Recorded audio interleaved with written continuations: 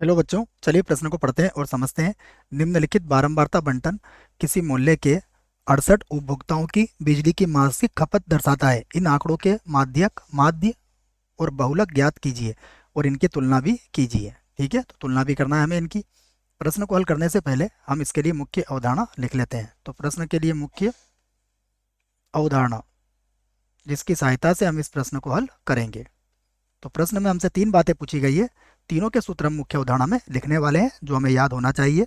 सबसे पहला सूत्र जो मैं लिखूंगा, देखिए हमसे क्या पूछा गया है। सबसे पहले माध्यक, तो माध्यक का सूत्र हमें याद होना चाहिए। मैं लिख देता हूं माध्यक।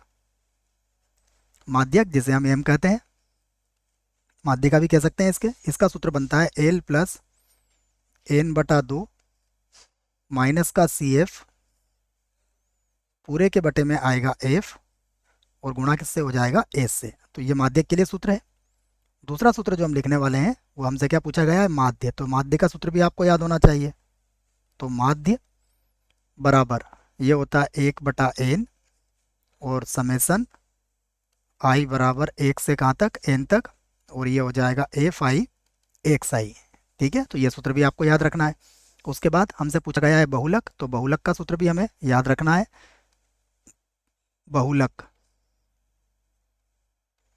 बहुलक का सूत्र होता है L plus F one minus F zero या एफ नॉट, उसके बाद 2f1 माइनस एफ ज़ीरो और माइनस एफ टू।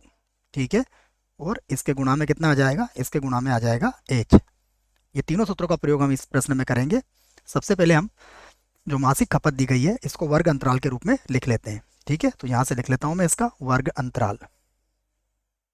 वर्ग अंतराल के रूप में इसको लिख लेते हैं। कहाँ से दिया गया है ये, 65 से 85 तक। तो 65 से 85, उसके बाद 85 से कितना है, 105, फिर 105 से कितना है, 125, उसके बाद 125 से 145 है, फिर 145 से 165 है, 145 से 165, अभी तो 85 तक भी है। फिर 165 से 185 और 185 से 205 तक है। ये वर्ग हो गया। तो यहाँ से हम x का मान भी निकाल लेते हैं। उसके बाद फिर इसकी बारंबारता भी लिखेंगे। तो यहाँ पर मैं x का मान लिख लेता हूँ। देखो, जोड़ के 2 का भाग लगा देंगे तो इसके बीच में कितना आ जाएगा, ये 95, 75। यहाँ पर कितना आ जाएगा, 75। यहाँ पर देखिए, तो ये हो जाएगा हमारे पास 95। फिर इनको जोड़ के 2 का भाग लगा दो तो ये हो जाएगा 120। जोड़ देंगे बच्चों तो 115, 20 का अंतर ही आ रहा है। उसके बाद 135 हो जाएगा, उसके बाद 155 हो जाएगा, उसके बाद 155 के बाद अगर 20 जोड़ेंगे तो 175 हो जाएगा, और 175 के बाद 195 लिख लेंगे। ये मैंने एक्स आई का मान भी पहले ही लिख दिया है। उसके बाद एफ आई का मान तो हमें दिया हुआ है। एफ आई का मान है 4 5 13, 4, उसके बाद है 5, उसके बाद है 13, उसके बाद है 20 14 8, 20 14 8, और कौन सा बचा है, 4, उसके बाद है 4। ठीक है, तो अब क्या है, एफ भी निकाल लिया, एक्स भी निकाल लिया। अब क्या निकालेंगे हम, F I X I. F I X I यहाँ पर हम ज्ञात करेंगे। उसके बाद ज्ञात करेंगे हम इसका सी एफ। ठीक है बच्चों, एफ आई एक्स आई भी ज्ञात करना है और सी एफ भी ज्ञात करना है। क्यों, क्योंकि हमें माध्यक, बहुलक और माध्य का माध्य सभी ज्ञात करना है।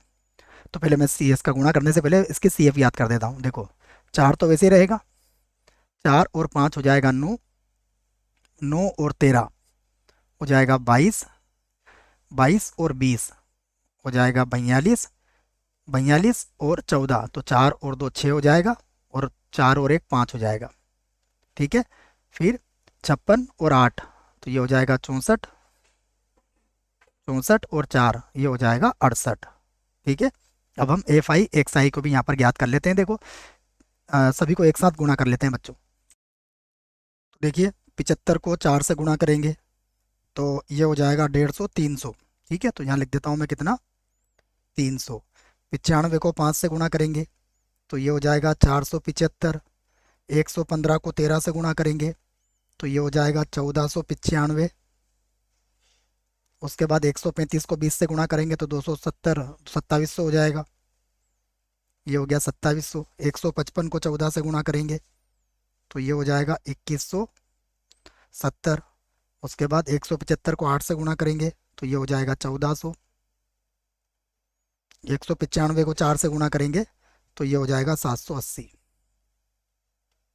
और अब हम इन्हें जोड़ लेते हैं। इन्हें जोड़ने पर आ जाएगा हमारे पास 9320। ठीक है, और एफ को जोड़ने पर कितना आएगा 68। ये तो प्रश्न में दिया ही है। अब हम बारी बारी से इस प्रश्न को हल करेंगे। सबसे पहले हम देखेंगे यहाँ पर हमसे माध्यक पूछा गया है तो हम माध्यक के लिए बात करेंगे यहाँ से। ठीक है, उसे मिटा देते हैं। माध्यक के लिए बात करेंगे, देखिए तो सबसे पहले कहेंगे यहाँ n/2 क्या है, तो यहाँ n/2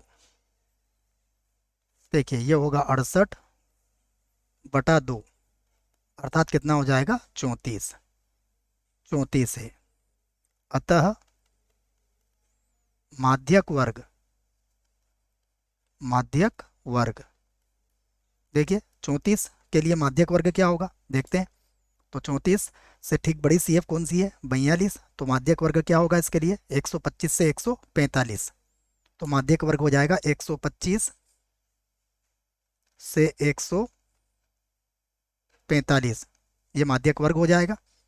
तो यहाँ से देखिए अब एल का मान कितना हो जाएगा 125, अंतराल कितने का है 20 का। उसके बाद देखिए यहाँ से इसके संगत एफ का मान क्या निकलेगा 20। ठीक है, इसके संगत एफ का मान कितना आया है 20, तो एफ बराबर होगा 20। उसके बाद सी एफ या फिर सी, तो सी एफ क्या होगी देखिए 45 से ठीक ऊपर वाली है 22, तो ये हो जाएगा सी एफ बराबर हो जाएगा 22। यहाँ से अब आप ज्ञात कर सकते हो माध्यक बराबर सूत्र क्या है एल प्लस n/2 माइनस का सी एफ गुणा एच और बटा कितना होता है एफ। सूत्र में मान रख सकते हो आप। एल का मान है 125, n/2 कितना है आपका 34, माइनस सी एफ कितना आया 22, एच का मान कितना है हमारे पास 20, और उसके संगत एफ कितनी आई है हमारे पास ये भी है 20। तो यहाँ से 125 प्लस 20 से 20 तो कट जाएगा, इधर घटा दीजिए आप। 4 में से 2 गया तो 2 बचेगा, और 3 में से 2 गया तो 1 बचेगा। ठीक है बच्चों, 20 से 20 तो कट जाएगा, तो ये 12 बचेगा। तो यहाँ पर हम लिख सकते हैं 125 प्लस 12, तो 5 और 2 7 आ गया हमारे पास, और 2 और 1 3, और ये हो जाएगा 137। ये कितना आ जाएगा 137। तो ये हमारे प्रश्न का एक उत्तर आ गया 137। अब दूसरा नंबर डालेंगे हम। दूसरे नंबर पर हमसे क्या पूछा गया है माध्य पूछा गया है। ठीक है, एक बार और देख लेते हैं क्या पूछा गया है। हाँ, माध्य पूछा गया है, तो हम यहाँ पर माध्य, तो माध्य जिसको हम x बार से भी व्यक्त कर सकते हैं, इसका सूत्र क्या लिखवाया आपको 1/n समेसन i बराबर 1 से n तक एफ आई एक्स आई। मान देखिए 1/n, n कितना है हमारा यह है 68। उसके बाद एफ आई एक्स आई जोड़ने पर कितना आया था सारणी से देखो, सारणी से आया था 9320। इसको भाग लगा देंगे तो ये हो जाएगा 137.05। तो ये हमारा एक और उत्तर आ जाएगा। अब हम क्या ज्ञात करेंगे इसका बहुलक, तो यहाँ से लिख लेते हैं नंबर 3 पर। अब हम ज्ञात करेंगे इसका बहुलक। तो बहुलक के लिए देखिए सबसे पहले अधिकतम बारंबारता क्या होगी, तो मैं लिख लेता हूँ बहुलक वर्ग लिखूंगा पहले। बहुलक वर्ग अधिक बारंबारता देखिए, सबसे अधिक बारंबारता 20 है, तो बहुलक वर्ग भी कितना हो जाएगा ये हो जाएगा 125 से 145। ठीक है, तो बहुलक वर्ग कितना हुआ 125 से 145 है। अब 125 से 145 है, तो यहाँ पर सबसे पहले एल का मान कितना हो गया 125, दोनों के बीच अंतर कितने का है? 20 का। तो एच का मान कितना हो गया? एच का मान हो गया हमारे पास 20। तो यहाँ लिख देते हैं एच बराबर हुआ 20। उसके बाद हमें मान चाहिएगा, देखो अब 3 मान चाहिएंगे, तीनों मान में लिख देता हूँ 20। तो ये होगा F0, ये होगा F1 और ये होगा F2। तो F0 का मान कितना हुआ? 13। F0 या F0 इसका मान हो गया 13। F1 का मान कितना है? 20। ठीक है, और देख लेते हैं 13, 20 और ये 14 हो जाएगा। तो F2 ये कितना हो जाएगा? 14। तो यहाँ पर अब बहुलक का सूत्र हम लगा देते हैं। तो बहुलक बराबर बहुलक, जिसको हम z से व्यक्त करते हैं, सूत्र लिख देता हूँ मैं इसका, L plus F1 minus F0 बटा 2F1 माइनस का F0 और माइनस का F2 और इसके पूरे के गुणा में कितना है? H। तो इसके मान रख देता हूँ, देखो L का मान कितना है? 125 प्लस F1 कितना है? 20, ये लिख दिया मैंने 20। उसके बाद F0 कितना है? 13, तो यहाँ पर लिख दिया मैंने 13। ठीक है, H कितना है?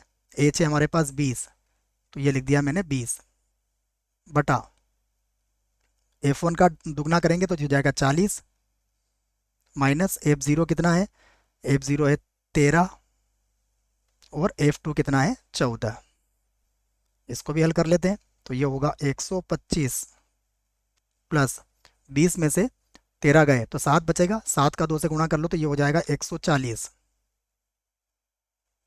बटा, यहाँ पर हम कर सकते हैं, देखिए 40 में से ये हो जाएगा आपका 27। ठीक है, ये 10 और 10 20 27, 27 घटाएंगे तो कितना बचेगा? 13 बचेगा। ठीक है, तो ये कितना आ गया हमारे पास? 140 बटा 13 आ जाएगा। बच्चों एक बार और देख लो इसको, 27, हाँ बिल्कुल 13 ही बचेगा। अब 140 को 13 से भाग लगाता हूँ मैं, तो इसे तो लिख देता हूँ मैं 125, ये हो गया 125 प्लस 140 को जब 13 से भाग लगाएंगे तो ये होगा 10.76, 10.76।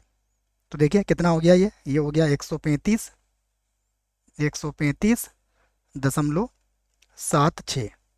तो ये भी हमारे प्रश्न का क्या है? उत्तर है। अब हमें क्या कहा गया? इनकी तुलना कीजिए। तो तुलना करने पर यहाँ लिख देते हैं हम, तुलना करने पर देखिए तुलना करेंगे तो सबसे अधिक क्या है हमारे पास? देख लेते हैं। हमारे पास माध्य सबसे ज़्यादा है 137.05। तो सबसे पहले माध्य लिख लेता हूँ मैं। तो यहाँ पर लिखूंगा मैं माध्य। ठीक है, फिर माध्य से कम कौन आया है? माध्य से कम आया है माध्यक, यहाँ पर आ गया माध्यक। और माध्यक से कम कौन आया है?